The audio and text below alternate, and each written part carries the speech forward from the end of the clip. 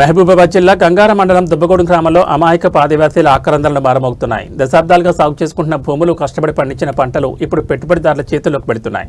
గిరిజన రైతుల అమాయకత్వాన్ని ఆసరాగా చేసుకుని పెట్టుబడి పేరుతో మొదలైన ఈ శ్రమదోపిడి ఇప్పుడు వారి ఉసురు తీస్తోంది.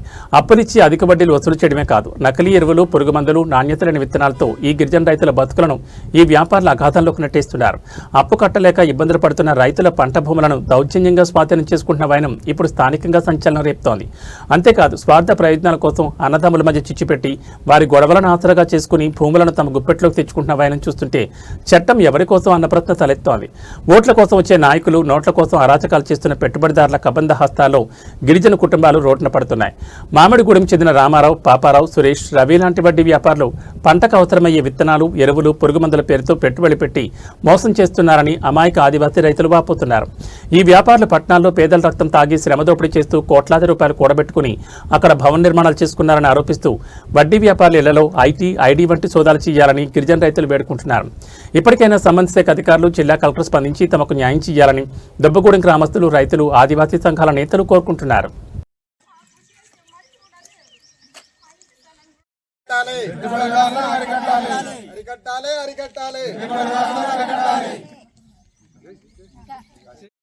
నా పేరు దుబ్బగూడెం. నేను రామరావు షెట్టు దగ్గర మా పెళ్ళయి 17 సంవత్సరాలు, మాకు 4 పిల్లలు. మేము రామరావు షెట్టు దగ్గరికి నాకు పెట్టుబడి పెట్టమని షెట్టు దగ్గరికి వెళ్ళినాం పెట్టిండు. దేనికి ఎంత వేస్తున్నాడో మాకు తెలియదు. మేము 6th క్లాస్ చదివినాం. కానీ ఇక ఇప్పటికీ ఇప్పుడు ఏంటి 10 ఇప్పుడు 2025 ఇన్ని సంవత్సరాల బట్టి నేను పోకపోయేది, మా సారు పోయేది తెచ్చేది. దేనికి ఎంత అయిందంటే చేట వేసిండు, నాకు తెలియదు అని మా సారు అనేది. అంటే ఇప్పుడు దొంగ లెక్కలు చేసి ఇప్పుడు 15 లక్షలు చేసిండు. పంట పోయాక కూడా ఇక మళ్ళీ ఇంకా 13 లక్షలు చేసిండు. 15 లక్షలకి వెళ్ళి 13 లక్షలు చేసిండు. ఇక చేసేసి మాకు 4 పిల్లలు, మేము ఎట్లా బతకాలి మమ్మీని. ఇక రామరావు షెట్టు ఇట్లా అన్యాయం చేసిండు. భూమి కూడా లాక్కుంటాడు. భూమి కూడా కావాలన్నాడు. రోడ్డు పాయింట్లు ఉన్నది కదా, నాకు భూమి కావాలి ఇస్తాడు. కానీ ఇక మేము ఇట్లా జనాలు కూడా ఎందుకు ఇస్తాను, నువ్వు ఇది లాక్కుంటే మాది కూడా లాక్కుంటాడు అనేసి జనాలు కూడా అంటారు. కానీ ఇక మాకేందంటే అప్పుల పాలవుతాను. మాకు పిల్లగాడున్నాడు, పిల్లగాన్ని మేము చచ్చిపోతే మా పిల్లగానికి నెత్తిన పడుతుంది అనేసి భయపడుతూ కలెక్టర్ గారిని ఆదుకోమని వేడుకుంటాను. వాళ్ళే లాక్కునే ప్రయత్నంలో మేము, ఎందుకంటే ఇక్కడ వాళ్ళకు భూముల విషయంలో హక్కు లేదు కాబట్టి వాళ్ళు లాక్కున్నాడు. సరే, అది మాకు ఇక్కడ చేరదని మీద ముందు చూపుగానే ఉన్నప్పటికీ మావి కూడా ఇప్పుడు అప్పులు 15-20 లక్షల రైతు అదే విషయాన్ని చేస్తున్నాడు. ఎందుకంటే ఇప్పుడు నేను తమ్ముడిని అయితే మా అన్నకి దగ్గరికి పోయి అంటాడు, నరేందర్ నీకు అప్పు తీర్చలేడు కాబట్టి నువ్వు అతని భూమి నువ్వు చేయించుకో, నువ్వు మాకు అప్పు కడదు, నువ్వు ఎందుకంటే నువ్వు క్లియర్ చేస్తావు, నువ్వు వ్యవసాయం చేసే కష్టపడే తత్వం ఉన్నది కాబట్టి నువ్వు చేసుకో అంటే. ఎందుకంటే ఇక్కడ 170 ఉంది, పేసా ఉంది, 5th షెడ్యూల్ ఏరియా వాళ్ళకి తెలుసు. నరేందర్ కనుక భూమి కనుక నేను కొంటే కోర్టుకు పోతే కనుక నేను శిక్ష అర్హునైతా. కాబట్టి ఇది ఏది జరగకుండా ఉండాలంటే చాకచక్యంగా తెలివిగా వ్యవహరిస్తున్నాడు అన్నట్టు.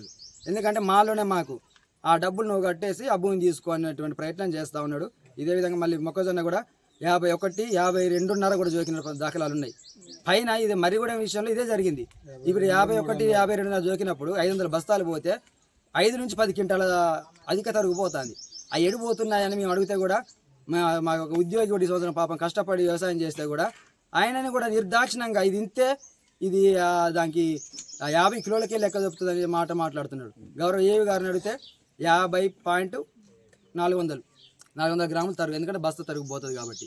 అంతకు మించి ఎక్కువ చూడకూడదంటే మనకి 51-400 గ్రాములు పెట్టింది సార్ అని అంటే దాని పట్ల నేను పై అధికారులకు కూడా చొరవ చూపితే ఏడీఓ గారు వచ్చాట వీళ్ళ దగ్గర డబ్బు ఆశ చూపి మభ్య పెట్టించి వాళ్ళను కూడా వెనక్కి మరలించినటువంటి పరిస్థితి.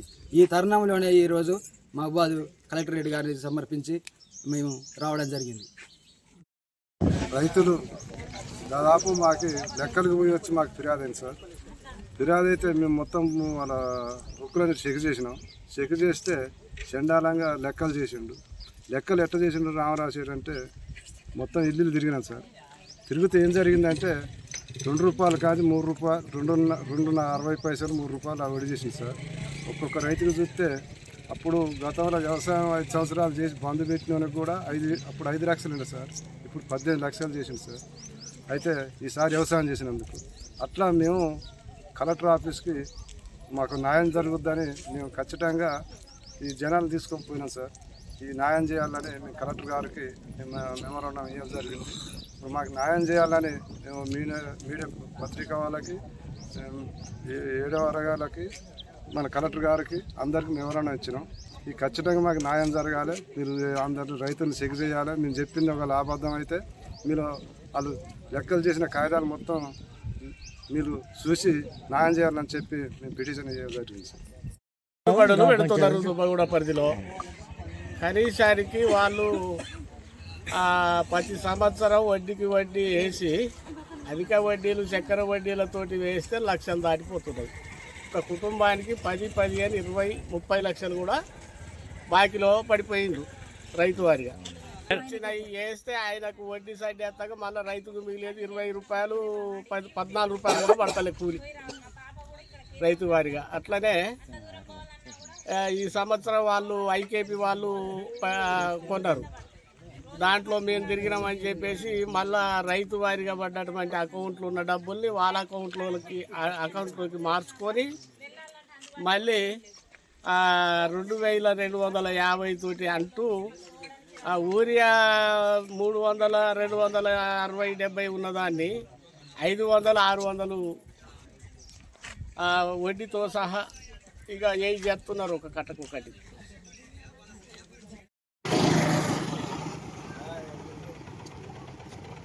ఏంది